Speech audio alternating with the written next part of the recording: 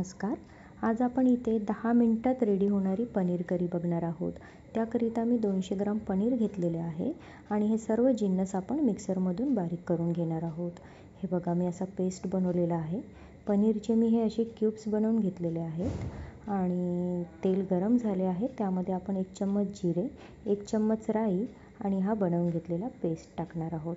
आता याला आपण छान असं तेल सुटेपर्यंत शिजवून घेऊया.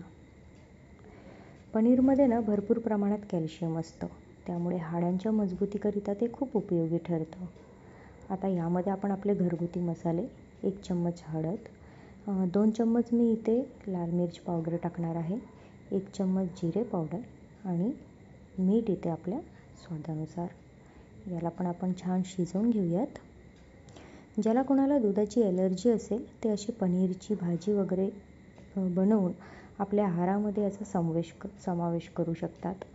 आता इथे मी गरम पाणी टाकलेले आहे, जेणेकरून ग्रेव्ही आपली अशी घट्ट येणार. जर तुम्हाला सकाळच्या टिफिनला ही भाजी द्यायची आहे तर तुम्ही पाणी थोडं कमी प्रमाणात घालू शकता. आता आपण यामध्ये हे पनीरचे क्यूब्स टाकणार आहोत. पनीर मी इथे तळून घेतलेले नाही आणि याला छान एक उकळी आणून घेऊयात. बघा तर इथे भाजी आपली ही रेडी आहे आणि आता मस्त यावरून आपण कोथिंबीर टाकूयात. वाह, क्या बात है.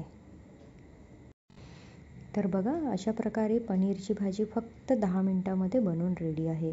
ही रेसिपी तुम्हाला कशी वाटली मला नक्की कळवा. थँक्स.